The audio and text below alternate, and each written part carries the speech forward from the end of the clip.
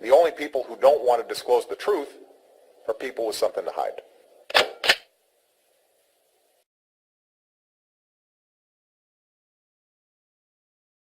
It should be noted, and correct me if I'm wrong here, but isn't it a felony to post a fraudulent document on a government website? It's a felony to even create a birth certificate in the manner that this was created.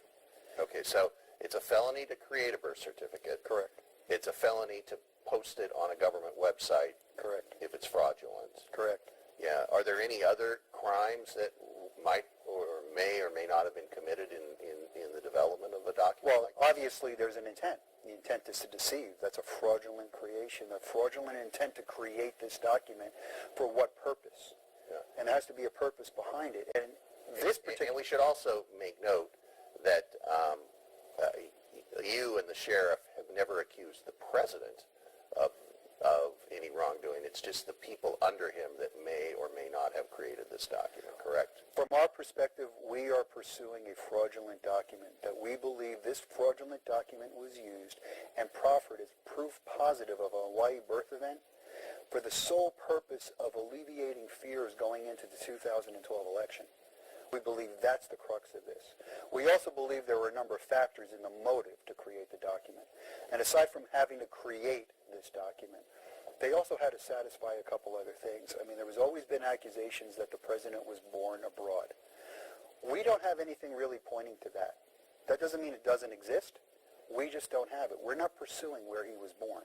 We can tell you that we don't have any evidence that he was in the state of Hawaii before the age of 5, which is problematic. But we don't have anything saying he was born anywhere else.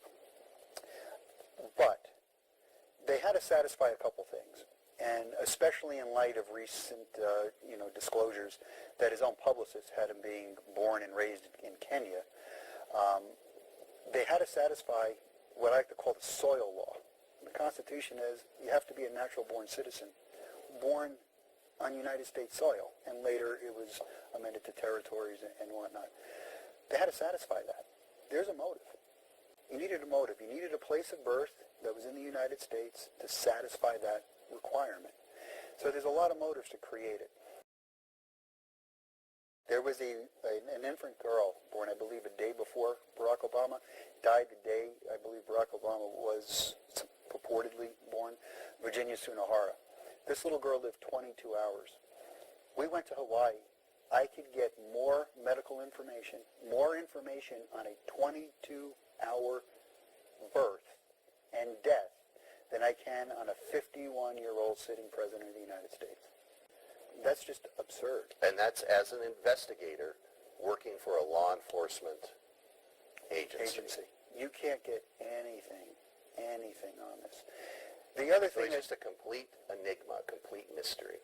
Empty suit kind of fits the bill. Yeah. You know, somebody who rises out of nowhere.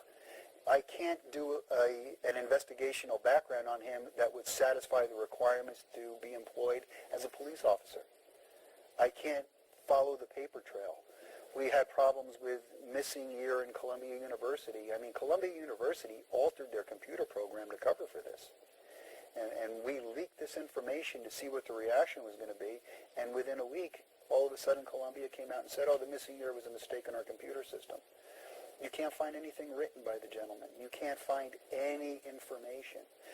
And when you really start to step back away from this, and if you take this PDF file, which there is no way that this thing was created other than by a fraudulent means. There's just absolutely no way.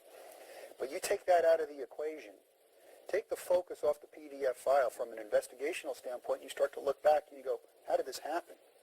There has to be a conspiracy to commit this fraud, and it's going to happen within a state.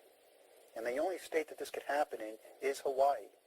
There has to be somebody complicit in Hawaii allowing this to go on, if not more than one person. I don't think it's a vast conspiracy. It's not a conspiracy theory. This is a conspiracy. This thing made its way to the White House website and has been shown to the American people as proof positive. The irony here is, if you look at the press conference that happened prior to the release, the president calling everybody carnival barkers that were involved in this, There's dialogue between White House counsel, and they make it abundantly clear that the president has never seen nor handled this document. Why would you say that? Wouldn't it be compelling to have the president stand up there with that birth certificate and say, this is mine, put this to bed, this is mine? That doesn't happen here.